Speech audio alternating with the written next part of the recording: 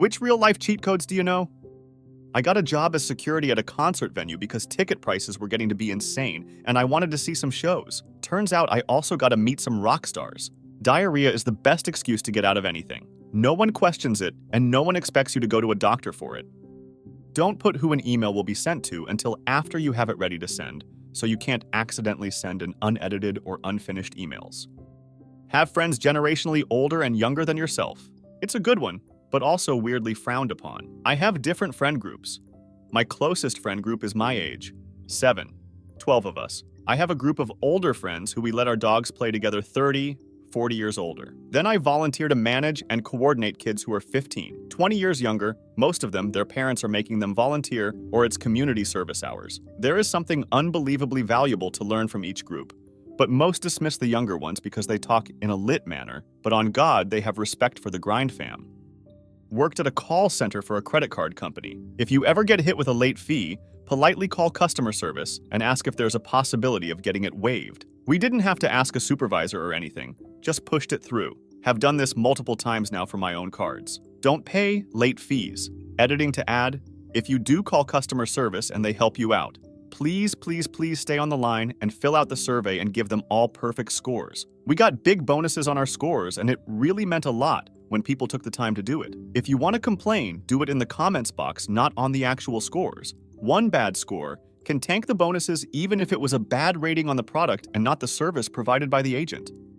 Confidence can get you super far. Like if you just act extremely confident and normal and totally fine about whatever it is you're doing, anything nearly, people won't question it. You're supposed to be here. Just walk on in, or out, or whatever. That's the attitude to have. I cannot believe how well this works for some of the nicest people as well as the biggest jerks alive. It works.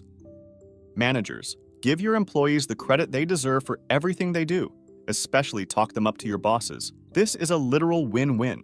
Your employees love you for respecting them, and your boss loves you for successfully managing a great team.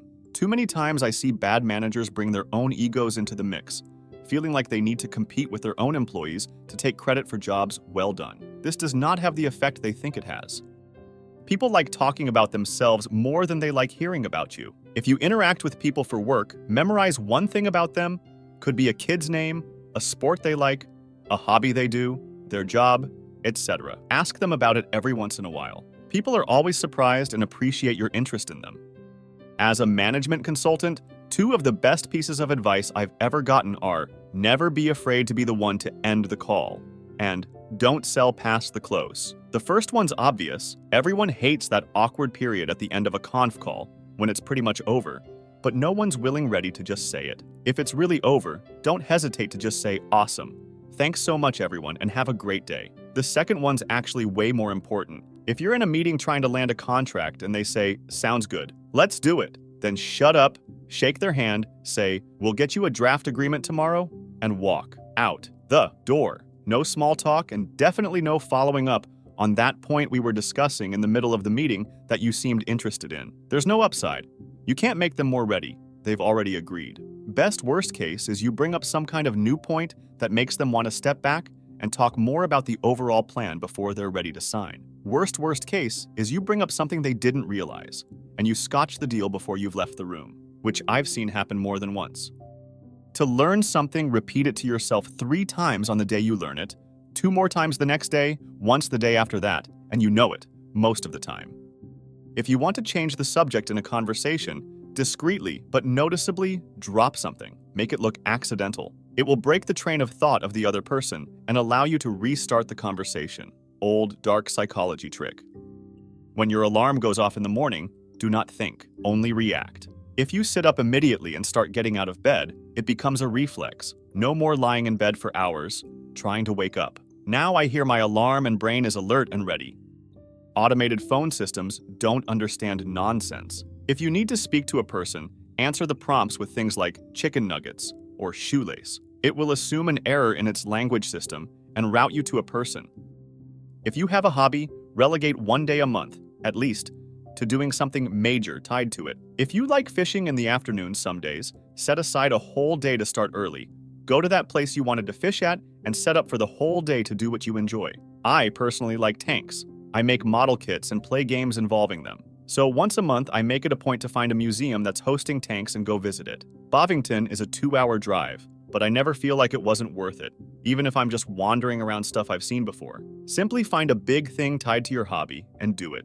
You'll find that hobby far more engaging. If you have something nice to say to someone, like you think they did something neat or have a cool shirt or made a good moral choice, it's generally good to say so and not wait for a better time to tell them. You may not remember or bother later, but most people really benefit from encouragement or appreciation when it's genuine. If you have some criticism or something rather mean to say, try to wait a bit. You may find you don't need to say it, or you may find a way to express it that will be more useful and digestible to the person, rather than just pissing them off. Obviously, they aren't always possible, but it's a good life hack to be kind and encouraging on the spur of the moment, and to be circumspect and thoughtful about criticism. The more you understand, the less you have to memorize. Understanding is a knowledge compression algorithm. X, Pythagorean theorem, equal sign distance formula, equal sign formula for a circle. Being unnecessarily nice and thoughtful out of the blue pays back huge returns. It feels good doing right by people, but it's hugely helpful in your career to have a great reputation. Competence is rarely enough. If you want to be extremely successful, you have to cultivate relationships. Remember people's birthdays. Write them down. Get them small, random gifts occasionally, and not in exchange for a favor. Show kindness to people lower on the ladder. You may report to them later.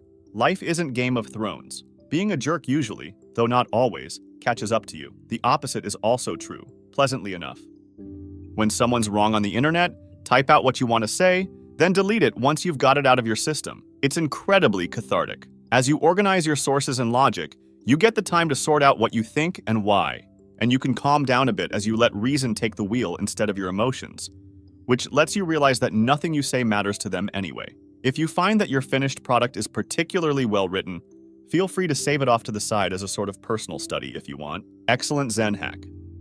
Saying hello in an unexpected way knocks the person you're talking to out of their groove and changes how they interact with you. Instead of, how's it going? I say, how's life treating you? And get a more engaged interaction.